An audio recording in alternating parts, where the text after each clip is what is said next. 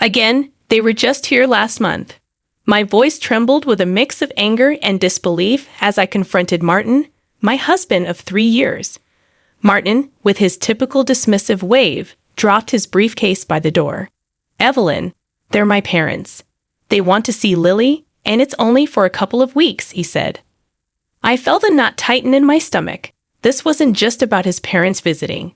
It was about respect, or the lack thereof.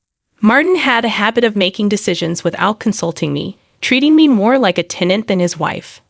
"Evelyn, you're overreacting," Martin said, his tone laced with condescension as he walked past me. "Just make sure the guest room is ready." I stood there frozen as he dismissed my feelings with such ease. It was always the same pattern.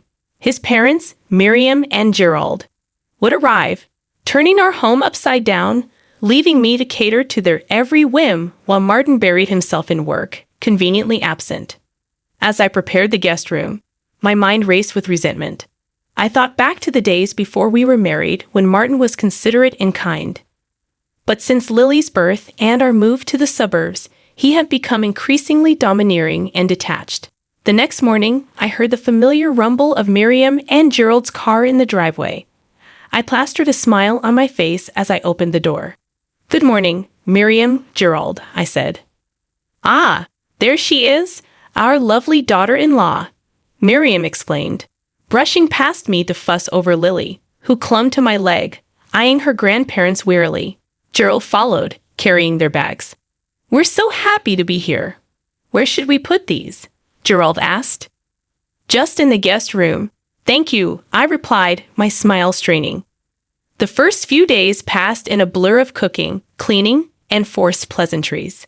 Martin came home late each night, barely acknowledging me or his parents. I felt invisible in my own home. One evening, as I was setting the table for dinner, Gerald called out from the living room. "Evelyn, where's the remote? The news is about to start." "It's right there on the coffee table, Gerald," I replied, trying to keep the irritation out of my voice. Miriam chimed in, "Evelyn, dear, could you bring us some tea? Gerald loves your tea." Suppressing a sigh, I nodded and headed to the kitchen. As the water boiled, I could hear them laughing and chatting in the living room, a stark contrast to the silence that filled the rest of the house. That night, after everyone had gone to bed, I found myself sitting in the dark kitchen, a cup of untouched tea in my hands. Tears streamed down my face as I realized how lonely and unappreciated I felt. I missed the partnership I thought I had with Martin, the love that seemed to have evaporated since Lily's arrival. I wiped away my tears, a resolve building within me. I couldn't continue living like this, invisible and unheard. I needed to find a way to make Martin see me, to acknowledge my feelings. But deep down, I feared that the man I had married was gone, replaced by this cold, indifferent stranger. As I headed to bed, I made a silent vow to myself. I wouldn't let this go on any longer. I had to find my voice again, for my sake and for Lily. The days turned into a monotonous blur with Miriam and Gerald's presence in the house. Their demands grew each day, yet Martin remained oblivious to the mounting pressure on me. I felt like a puppet, dancing to their every whim, my own needs and desires shoved aside. One particularly grueling evening, as I cleared the dinner plates while everyone else lounged in the living room, Martin's voice sliced through the air.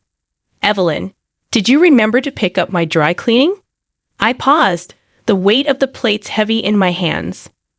"No, Martin, I couldn't. I had to take Lily to her doctor's appointment today." A huff of annoyance came from him. "You could have gone after that. I needed that suit for tomorrow." The room fell silent, the tension palpable. Miriam and Gerald exchanged glances, unspoken judgment passing between them. I felt a surge of anger, but I bit back my retort. This wasn't the time. The next morning, I found Martin in the kitchen, his demeanor icy. "We need to talk about your attitude, Evelyn," he began, his tone patronizing. "My attitude?" I echoed, incredulity lacing my voice. "Yes, you're not being accommodating enough to my parents. They've noticed it too." "It's embarrassing," he said, fixing me with a cold stare. I felt a rush of frustration. Martin, I'm doing everything I can. I'm taking care of Lily, the house, your parents. He cut me off with a wave of his hand. That's what you're supposed to do. You're the woman of the house. My parents shouldn't feel unwelcome. His words stung, a stark reminder of how little he valued my efforts. I wanted to scream to make him see how unfair this was, but I knew it would only fall on deaf ears. As the days passed, my resolve hardened. I couldn't let Martin and his parents treat me like this any longer. I began to plan, to think of ways to stand up for myself, to reclaim my dignity. The opportunity came unexpectedly one afternoon while Martin was at work and Miriam and Gerald were napping. I received a phone call from my old friend Laura. "Evelyn, how have you been? I feel like it's been ages since we last talked." Laura's voice was a balm to my frayed nerves. "Laura, it's so good to hear your voice," I replied, my voice heavy with emotion. We talked about everything and nothing, and for a brief moment, I felt like my old self again. Then Laura's tone shifted. "Evelyn, there's something I need to tell you. It's about Martin." My heart skipped a beat. "What about him?" "I saw him the other day with someone, a woman. They seemed close, more than just colleagues." The room spun around me as Laura's words sank in. A sickening feeling settled in my stomach. Could Martin be having an affair? "I'm sorry, Evelyn. I thought you should know." Laura added softly. The call ended, but her words echoed in my mind. The pieces began to fall into place. The late nights, the detached behavior, the lack of intimacy. I was faced with a harsh truth. My marriage was a sham, and I had been living in a fool's paradise.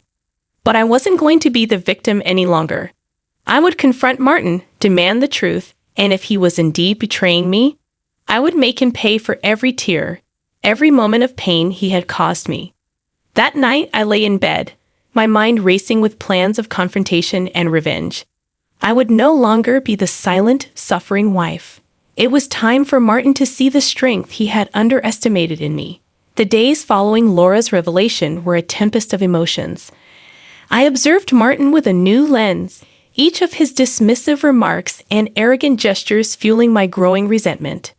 The man I once loved had become a stranger, his facade now transparent to my scrutinizing eyes. One evening, as I prepared Lily's dinner, Martin sauntered into the kitchen. "Evelyn, my parents are thinking of extending their stay. You don't mind, do you?" His question, so casually delivered, was a clear testament to his disregard for my feelings.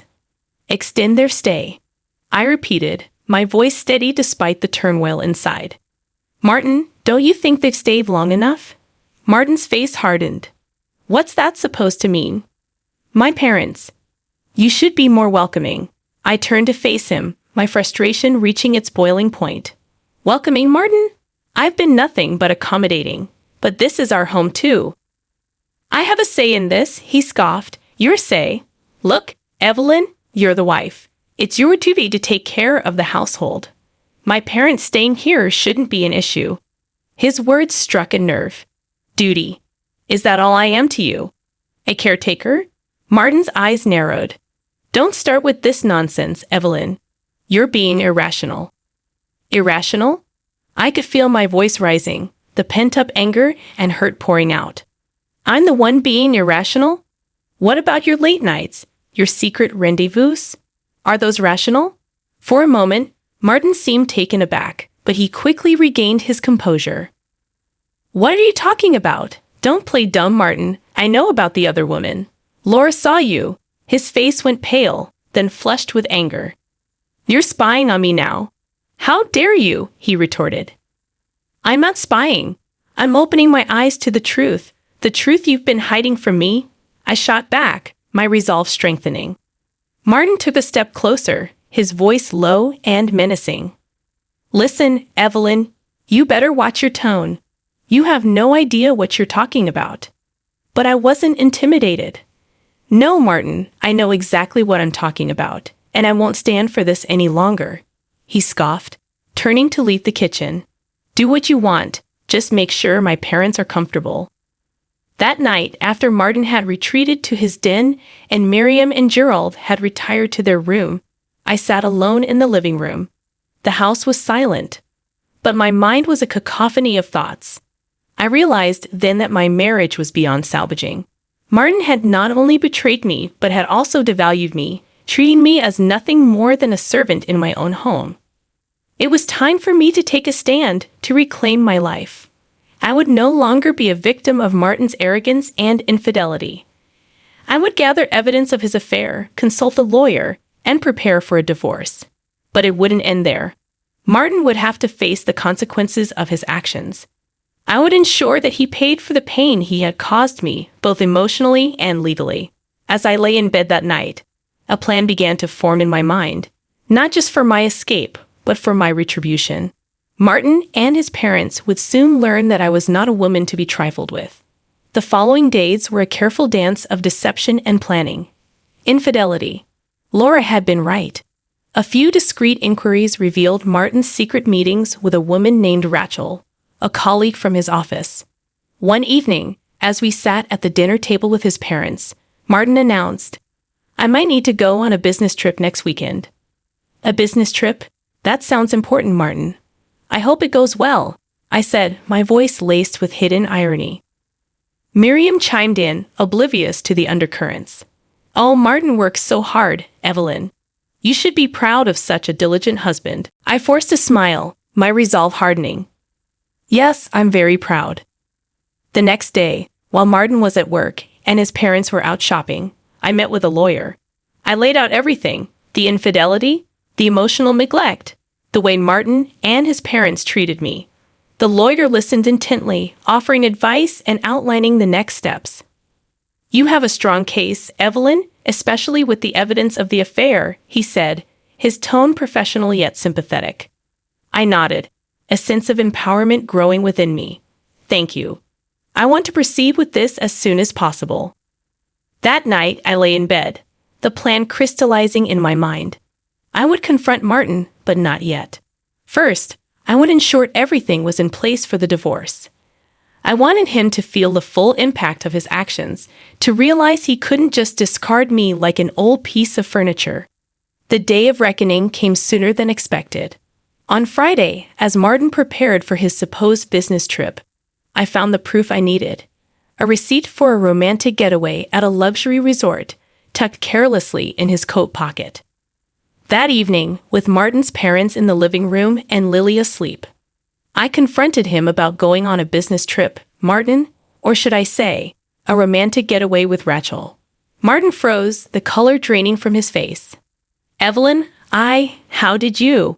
I waved the receipt in front of him. "You're not as clever as you think, Martin. I know everything." For a moment, he seemed lost for words. Then his expression hardened. "You've been snooping around, haven't you?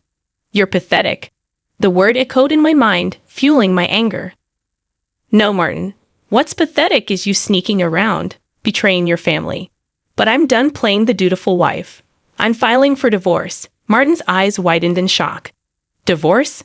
You can't do that. You're nothing without me." I met his gaze, my voice steady. "No, Martin, it's you who will be nothing without me. I have evidence of your affair. I'll make sure you pay for what you've done." For a moment, he looked defeated, but then his arrogance returned. "You think you can win against me? I'll fight you every step of the way." I smiled, a cold, determined smile. "Bring it on, Martin. You'll see just how strong I can be." As I left the room, Martin's stunned silence was a victory in itself. But this was just the beginning. The real battle was about to start. The days following my confrontation with Martin were a whirlwind of legal preparations and silent battles. Martin's demeanor had shifted. He oscillated between anger and feigned indifference, but I could see the underlying panic in his eyes. The weekend arrived, and with it, an unexpected development. Martin's parents decided to extend their stay, unaware of the storm brewing beneath the surface of our seemingly calm household. One afternoon, as I was tending to Lily in the living room, Martin and his parents cornered me. "Evelyn, we need to talk about your behavior," Martin began, his voice dripping with disdain. Miriam nodded in agreement. "Yes, dear, we've noticed you've been quite distant and cold." "It's not becoming of a wife and mother," Gerald added. Martin has been nothing but a good husband. You should appreciate him more. Their words were like daggers, but I stood my ground. Appreciate him for what exactly? For his lies, his affair. Martin's face turned red with anger. Don't bring that up in front of my parents, he exclaimed. Why not, Martin? They should know the kind of son they've raised. I shot back, my voice firm. Miriam gasped, an affair, Martin? Is this true? Before Martin could respond, I continued, yes, it's true, and I'm not going to stand for it anymore. I'm filing for divorce. The room fell into a stunned silence. Martin looked at me, his eyes full of malice. You'll regret this, Evelyn. You're nothing without me, he spat. I met his gaze unwavering. No, Martin. I regret the years I spent tolerating your arrogance and disrespect. I'm taking Lily and I'm leaving. Martin's parents started to protest, but I didn't let them. This is between Martin and me. You've overstayed your welcome. It's time for you to leave. As I packed my bags, I could hear the muffled arguments in the background, Martin trying to explain himself to his incredulous parents. I felt a surge of satisfaction, knowing that his perfect image was shattered. With Lily in my arms, I walked out of the house that had become my prison. I didn't look back. I was finally free from Martin's shadow, ready to start anew. As I drove to my parents' house, I thought about the future. It wouldn't be easy, but I was determined to rebuild my life for Lily and for myself. Martin and his parents would learn that I was not a woman to be underestimated.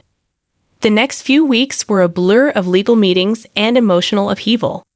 Despite Martin's attempts to intimidate me, I stood strong. The evidence of his affair was undeniable, and soon the divorce proceedings were in my favor. The day the divorce was finalized, I felt a mix of relief and triumph. I had stood up to Martin and his oppressive family, and I had won. But my revenge didn't end there. Martin's affair had not only cost him his marriage, but also his reputation. His colleagues and friends learned of his indiscretions, and his once untouchable status crumbled. As for his parents, they were left to grapple with the reality of their son's actions. Their attempts to reach out to me were met with silence. They had lost a daughter-in-law who had once cared for them, all because of their blind support for Martin. I had emerged from this ordeal stronger and more resilient. I had fought for my dignity and won. And as I looked at Lily playing happily in her grandmother's arms, I knew that I had made the right decision. For the first time in a long time, I felt hopeful about the future. I had closed a painful chapter in my life, and a new one was just beginning. In the months following the divorce, my life underwent a transformation. The chains of a loveless marriage had been broken, and in their place, I found a newfound sense of freedom and self-worth with Lily by my side. I started to rebuild our lives piece by piece. One day, as Lily played in the garden of my parents' home, I received a phone call that marked the final chapter in my saga with Martin. It was Laura, her voice a mix of shock and concern. "Evelyn, have you heard about Martin?" she asked. "No, what happened?" I asked, a sense of foreboding settling over me. "He's lost his job after the divorce, and the affair came to light. His company let him go, and it gets worse. He's been struggling financially, the alimony, the legal fees. It's all caught up with him." I paused, absorbing the news. A part of me felt a pang of vindication, but it was overshadowed by a sobering realization of the consequences of his actions. And his parents, I found myself asking. They're in a tough spot too, Laura continued.